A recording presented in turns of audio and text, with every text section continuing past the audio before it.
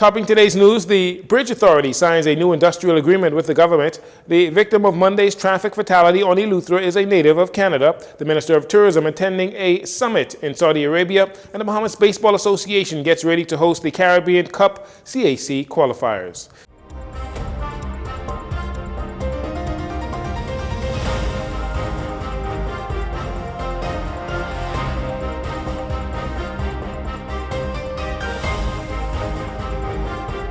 Good evening, Bahamas. I'm Jcn News. This is your JCN Evening News. It's a pleasure to have you join us. A new industrial agreement signed today between the Bahamas government and the Bridge Authority, which was first established back in 1998 by an act of Parliament. The agreement actually commenced January 1st, 2022 and will expire December 31st, 2024. Chairman of the Bridge Authority, Basil Longley, says the negotiations for this industrial agreement went rather smoothly. I am happy to say that we were able to execute this agreement in a fairly short time. And I say short time because we are a new board and we've been in place for the last few months. And we certainly saw this as a priority. We came in place with an expired agreement. We flagged this as a priority to get this agreement completed and signed off as quickly as possible. I think we were successful in achieving that. We had the cooperation of the BCPOU. We thank them for their patience and also their cooperation in working through the various articles and benefits to ensure that the staff of the Bridge Authority, that the outcome was to the advantage of the staff of the Bridge Authority. The 40-member staffing of the Bridge Authority will receive pay increases, performance bonuses, as well as hazard pay, among other benefits. The Bridge Authority falls under the Bahamas Communications and Public Officers Union, or the BCPOU. Its president, Sherry Benjamin, says that the agreement is a step in the right direction, but there were a number of things she would have liked to have seen included. The agreement is something I personally would have liked to have seen some other stuff happen with the agreement. However, and that's just me, however, it's not about me. It's about the staff at the Bridge Authority. And once we would have gotten to a place where we were given an offer, we took it to the membership, and the membership agreed that that was acceptable to them. And so once we got that agreement, we communicated that to the chairman and the labor consultant, and we moved forward from there. The previous agreement would have expired some 3 years ago. To that end, Ms. Benjamin says it is her desire for workers to be compensated for a year's lapse, but due to the economic constraints on the government, she says that was not feasible. In addition to the Paradise Island bridges, the Bridge Authority has extended powers and responsibilities which allow it to construct, own, manage, and operate any bridge in the Bahamas. A traffic accident in James Cistern, Eleuthera, has claimed the life of a 45-year-old male. Police have now launched investigations into this latest traffic fatality that reportedly occurred shortly after 2 p.m. on Monday. Police reports reveal that the victim, identified by Love 97 news sources as Canadian native Mark Atfield, was traveling north on Kings Highway in a black Jeep when he reportedly lost control. The Jeep was extensively damaged, which resulted in law enforcement officials having to use the jaws of life to extract the lone occupant. This is the third traffic fatality recorded for the Bahamas in a matter of days. A 39-year-old male pedestrian was killed just before midnight on Saturday while attempting to cross the street in 8 Mile Rock, Grand Bahama. Prior to that accident, a 59-year-old female here on New Providence succumbed to injuries sustained sometime around 1 a.m. Saturday when the vehicle she was driving collided into a breakfast van in eastern New Providence. Investigations into these matters all continue. A new prison facility is underway, with National Security Minister Wayne Munro revealing that the government anticipates breaking ground by January 15th, 2023. It is expected that upon completion, the Bahamas Department of Correctional Services, or BDOCS, will have newly built medium to high security prison facilities and a virtual court. This facility will be completely enclosed with air conditioning along with standalone cells for individuals with mental illnesses. Minister Monroe says the new housing complex is designed to hold some 820 inmates, noting that the current facilities were built without proper planning because there was a bad need for more space. Part of the thrust for a purpose-built structure is not only comply with what we're confronted with every day about things that have to happen, simple things like you have to have water in a prison, portable water, water to flush toilets, simple things like that, but it also permits you to have a better control on security. And so the fact that these cells will be steel, two-ply steel, means that you can't dig and hide any contraband anywhere. All of the furniture is in that same fashion. You can't dig and hide contraband anywhere. We've been having a number of issues with persons with mental challenges. And so you will see, if you were to consider the design of the new high-medium prison, a separate housing unit especially for them, where you can segregate them singularly in a cell, so they're not in a cell with anybody else who they may have altercations with. The grounds will also hold a new juvenile housing facility that will be able to accommodate up to 25 juvenile inmates. It's a construction that came about over some 40 years ago, and we have done some massive remodeling.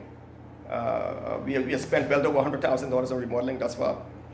The inmates are doing the work along with officers, and this facility can house comfortably 25 inmates. Our juvenile population normally who was around 14 or 15 inmates per year. This facility will be self-contained. The staffing for this facility will be properly trained by the American Correctional Association.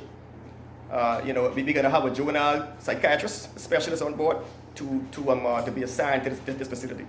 So this will be a school for juveniles.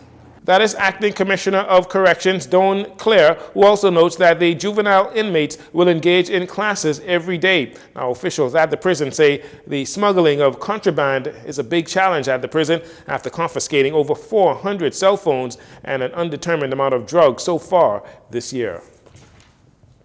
Ambassador Extraordinaire of Ukraine and Permanent Representative of Ukraine to the United Nations, Jcn News, in reference to CARICOM abstaining to vote on the resolution which calls for Russia to pay war reparations to Ukraine, describes CARICOM's vote of abstinence as a difficult discussion. However, he says he respects the decision of CARICOM, considering it was a result of an interagency interaction with many governments involved. But what matters is that we got 94 votes in support of that resolution, and the General Assembly has spoken. So now we have to follow up on the resolution and we have to implement the decisions. And I'm sure that most, if not all, CARICOM countries are very strong when it comes to legality, to international law, international humanitarian law, and that's what might make them democratic nations. Ambassador Kislitsa says there is practically no nation sitting on the fence today, and all responsible nations are in favor of defending international law, its rule, as well as the UN Charter. I think that the spirit globally and in the United Nations in particular is incredible. We have 143 nations that voted recently in favor of the resolution in defense of the territorial integrity of Ukraine. There were only 4 countries that supported the Russian Federation. And that is the lesson that should they be wise enough, they would have learned and stopped the aggression immediately. The Ukrainian ambassador's comments were made in the wake of the Minister of Foreign Affairs Fred Mitchell's statement earlier this month in the House of Assembly, where he clarified in Parliament that the Bahamas' no vote for the United Nations draft resolution was a mistake because the Bahamas, which is the chair for CARICOM, has photographic evidence of the board reflecting abstain. However, when the vote closed, it was mistakenly recorded as a no vote. Although CARICOM abstained, Mr. Mitchell explained they agree with the aim of the resolution, with the exception of a few minor details for which CARICOM had questions. Minister of Tourism, Investments and Aviation, Deputy Prime Minister Chester Cooper, is leading a delegation of tourism officials in Saudi Arabia. The purpose of this trip, joining global tourism decision makers, is to attend the 22nd World Travel and Tourism Council Global Summit, which kicked off on Monday and ends this Thursday, December 1st. Deputy Prime Minister Cooper hit the ground running at the summit, meeting with the Minister of Foreign Affairs for Saudi Arabia and the Minister of Tourism for Belize. DPM Cooper will be speaking on a panel moderated by Eleni Yokos, an anchor with CNN, with a focus on the digitization of the industry, or that's the tourism industry. The panel highlights the changes in spending habits accelerated during the pandemic and how an increasing number of people are leading a cashless life. The World Travel and Tourism Council Global Summit is the most influential travel and tourism event on the calendar. This year, global government and travel industry leaders are meeting under the theme, Travel for a Better Future. And finally, in this segment, since the demolition of the original Andre Rogers Baseball Stadium in 2006, Bahamians who are fans of the game have been deprived of Senior League baseball play in the country. Well, beginning this Sunday at the new Andre Rogers Baseball Stadium, fans will get a full week of high-level baseball as the Bahamas host the Caribbean Baseball Cup. In this next report, we get more details about the tournament, Team Bahamas, and how you can support the event. The Bahamas Baseball Association, the BBA, led by President Samuel Rogers, is all set to host the 4th Annual Caribbean Baseball Cup December 4th to the 11th at the new Andre Rogers National Baseball Stadium, with teams from Cuba, Puerto Rico, U.S. Virgin Islands, and the defending champion Curacao, along with Team Bahamas. The local organizing committee includes BBA Secretary General Theodore Sweeting, who had a recent announcement while at the office of the Prime Minister says these are good times for the Bahamas and for the game of baseball. This is an exciting time for baseball, exciting time for our country. First of all, I want to thank this administration for taking the initiative and biting what these cowboys say, the bad publicity sometimes, and to finish our national stadium. It's almost there. We're almost ready to go. And guess what? We're about to host the Caribbean Baseball Cup. It's the 4th one, but there's some significance with this one. Why? This is the first time in Bahamian baseball history, in this country's history, that we'll be hosting a qualifier for the CAC Games in 2003, which is going to be hosted in El Salvador. So 2 teams out of this competition will then become eligible to go to the CAC Games. And I think that's historic for us, for our country, in the standpoint of our history in baseball. So it's a great opportunity for us, and we're really excited for us.